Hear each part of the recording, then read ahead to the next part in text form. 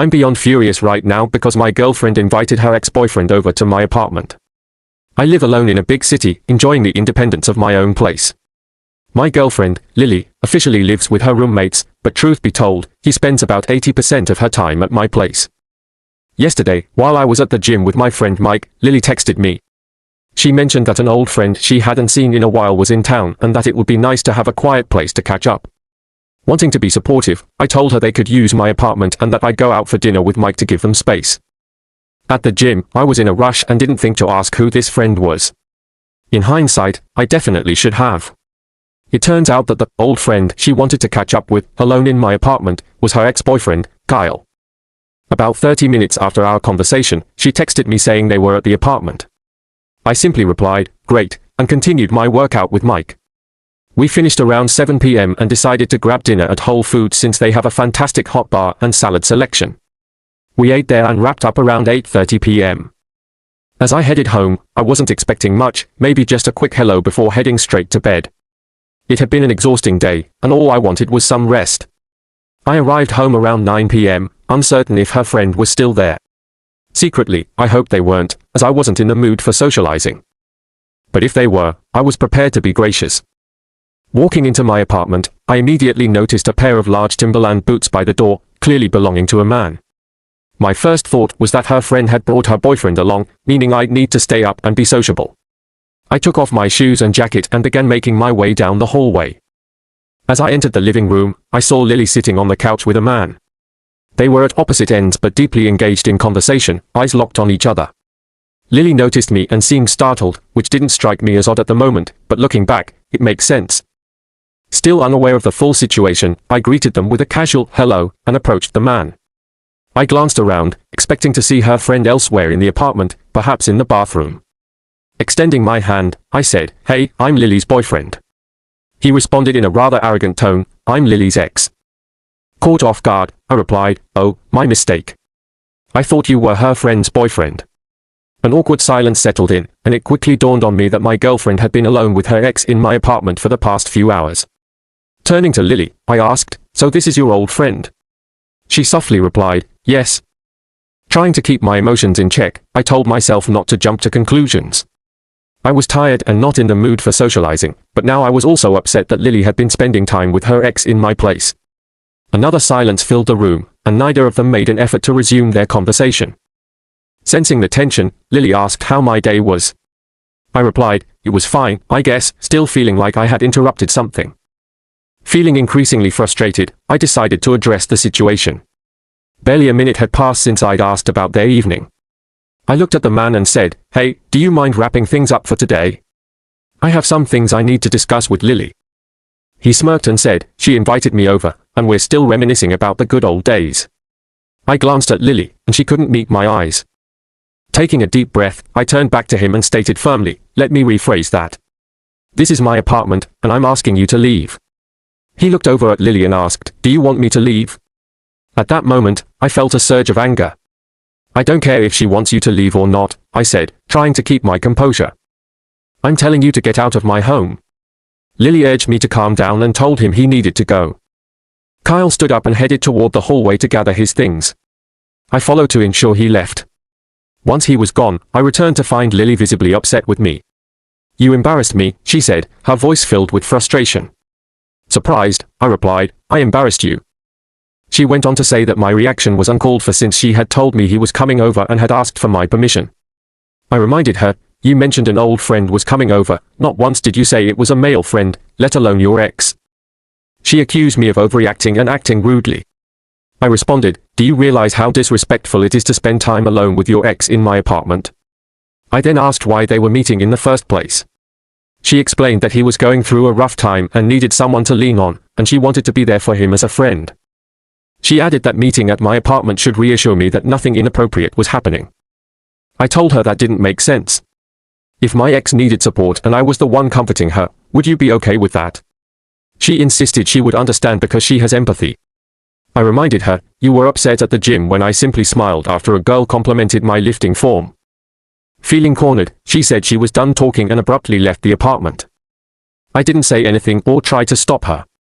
Instead, I sat on the couch, trying to process what had just happened. Feeling the need for guidance, I called my father, who has always been my rock. He offered me some invaluable advice, helping me see the situation more clearly. A couple of hours later, Lily texted me. "Can we talk? I'm sorry for not telling you it was my ex I was inviting over. I don't want you to get the wrong idea. Nothing happened, and nothing is going to happen. I love you." He messaged me out of the blue and needed someone to talk to. I didn't think much of it. "I'm sorry for deceiving you. I wanted to meet at your place because I didn't want you to assume something else was going on. Please talk to me. I love you." Her message felt contradictory. She said she didn't think much of it, but also apologized for deceiving me. Clearly, she knew it was significant enough to withhold the truth. If she hadn't thought it was a big deal, she would have been upfront from the beginning. I haven't responded yet. After reflecting on everything and discussing it with my dad, I'm leaning toward ending the relationship, not just because she met with her ex, but because of how I felt during the entire situation. The fact that she referred to him as an old friend instead of her ex is a major red flag. I still can't wrap my head around it. During the confrontation, she never once took my side. Even before I realized who he was, I felt like an outsider in my own home. It made me feel disrespected, not in a controlling way, but in a partnership built on mutual respect and understanding. If the roles were reversed and I was with my ex at her place, I would have stood by her side if she felt uncomfortable. I would have called out my ex for any inappropriate behavior. Right now, I'm still incredibly upset, so I think it's best not to talk to her immediately. It's around 3 a.m., and honestly, I'm just exhausted, physically and emotionally. I'm not even sure if I'm angry anymore, I just feel drained. **update***. I realize this is a lengthy update, and I appreciate anyone who takes the time to read it. It's around 7 p.m. as I write this, and the past 13 hours have been emotionally taxing, to say the least. When I woke up this morning, my phone was flooded with Reddit notifications. I questioned why I had shared such personal thoughts publicly, but reading through the comments was eye-opening. I was shocked to see that almost everyone was siding with me. I kept scrolling, expecting to find at least one comment that took her side, but there was none. What struck me the most were the comments from women who said they would never do this to their partner and that it was extremely disrespectful. Those comments resonated deeply with me because they validated my feelings. Last night was incredibly challenging. I couldn't believe what had transpired. Living alone meant I didn't have anyone at home to talk to, so I reached out to the one person who has always been there for me, my dad. Many of you asked for more details about our conversation, so I'll share as much as I can remember. After Lily left, I was filled with a mix of anger and disbelief. I tried calming myself with deep breaths, but memories of Kyle's disrespectful behavior kept resurfacing, fueling my frustration. Feeling the need for support, I called my dad. He answered the phone cheerfully, thinking I was calling about a basketball game we both follow. I told him it was more serious, and he immediately shifted his tone, asking me what was wrong. I recounted the entire story, and he listened silently, offering his full attention. When I finished, his first question was about Kyle's appearance, which threw me off.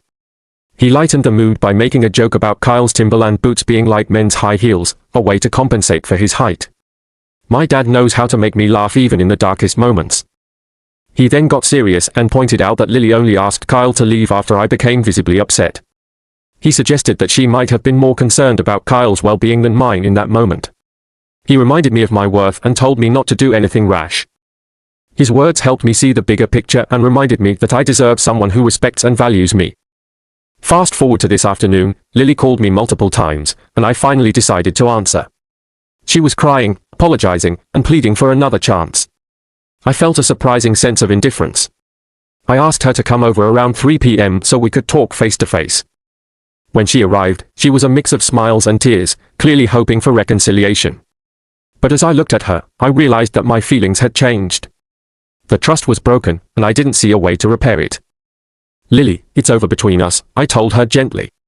She was shocked and begged me not to end things, professing her love and promising it would never happen again. It was heartbreaking to see her like that, but I knew deep down that I couldn't continue the relationship. I explained my feelings, emphasizing that actions speak louder than words. She had made choices that showed a lack of respect and loyalty. Despite her apologies, I felt that the foundation of our relationship had been damaged beyond repair. She eventually accepted my decision, though it was clear she was devastated. I helped her pack her things, and she left, leaving her keys on the table. Since then, I've been trying to process everything. It still feels surreal that a 2.5-year relationship ended in just 24 hours. To everyone who took the time to read my story and offer support, thank you. Sharing this experience and reading your comments helped me navigate a difficult situation. I'm not sure what the future holds, but I know I made the right decision for myself.